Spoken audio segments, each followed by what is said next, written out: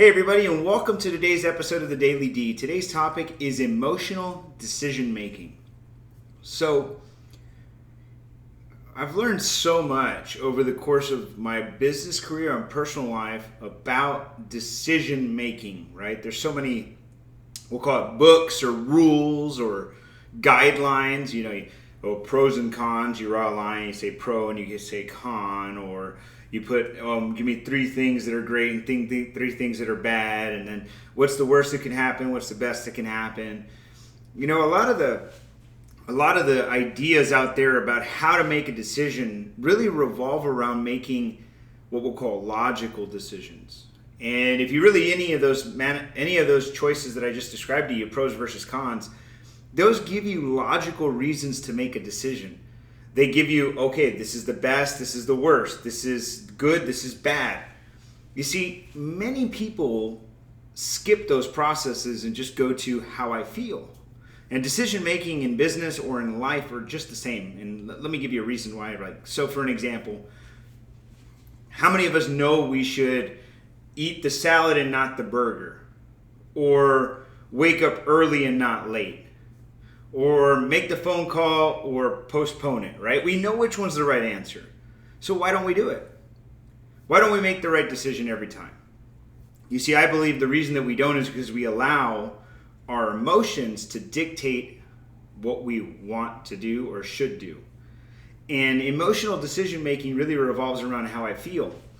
And if it was really always about how I feel, man, I wouldn't do very much, right? Really think about it. Would I go to the gym? Would I eat healthy? Would I do the work? Would I show up early? Would I stay late?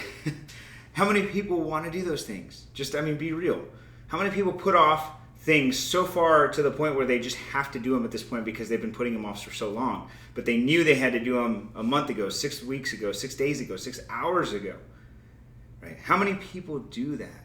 If you really think about it, how many people go through their whole lives eating whatever they want, doing whatever they want, until the doctor finally says, hey, you've got diabetes. And now it's, crap, I gotta eat better, I gotta, watch my diet, I gotta work out. You see, these are the consequences of not following the things that you should have done, because we all know what you should have done. You see, that's an emotional decision. Most people live, when they make emotional decisions, in what we call a responsive world. What that means is you're responding or reacting to the things that have influenced you that you have to do now, instead of being proactive, right? Logical decisions make you more proactive. They make you ahead of the game, if you will.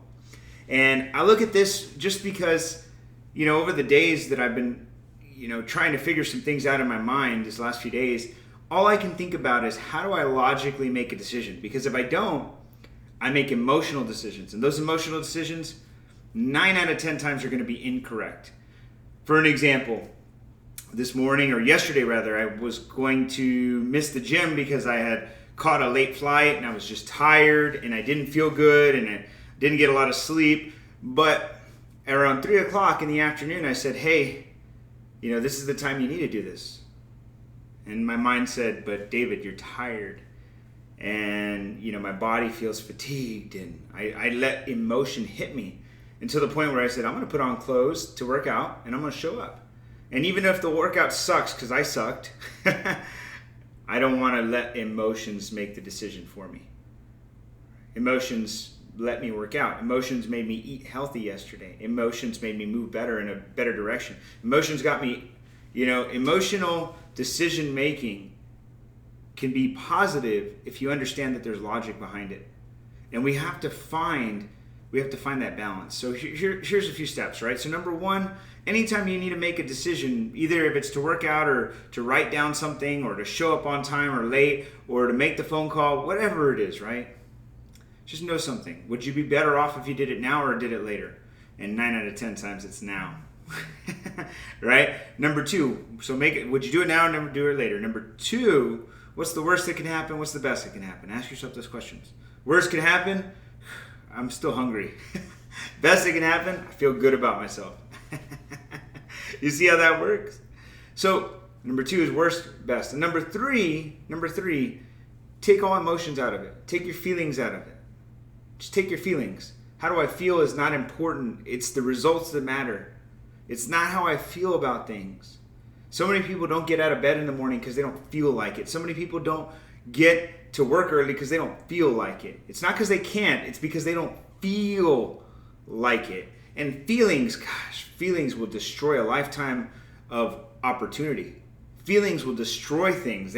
I feel like doing this. People say, I feel like doing drugs, right? You get that? Emotional decision making is not needed in life. Logical decisions are made. Now, there will come a time and place where emotional decision making will drive you to do beautiful things. I understand that. But if you're really trying to get ahead in life, in business, in your career, only use logic. And if you want to look at your personal life and look at those things, sure, maybe you need to take a little emotional break. But remember that at the end of the day, your decision is always going to impact the results that you have in life. And if you're not looking at decision making from a logical standpoint, you will always use emotions. And 9 out of 10 times they will be inaccurate. They will be wrong. You will eat the burger instead of the salad. You won't show up for the gym. You won't get the work done. You won't make the phone calls. You won't make the money. You won't save the money. You won't get the opportunity. You'll miss out on everything because you let your emotions buy the car you didn't need, or spend the money you didn't have to, or take the day off. See how that works? All right, guys. I appreciate you. Wish you health and success, happiness, but most importantly, freedom. Thanks, guys. And oh, by the way, go down and subscribe to this channel so that you get notifications whenever I upload the videos. Thanks, guys.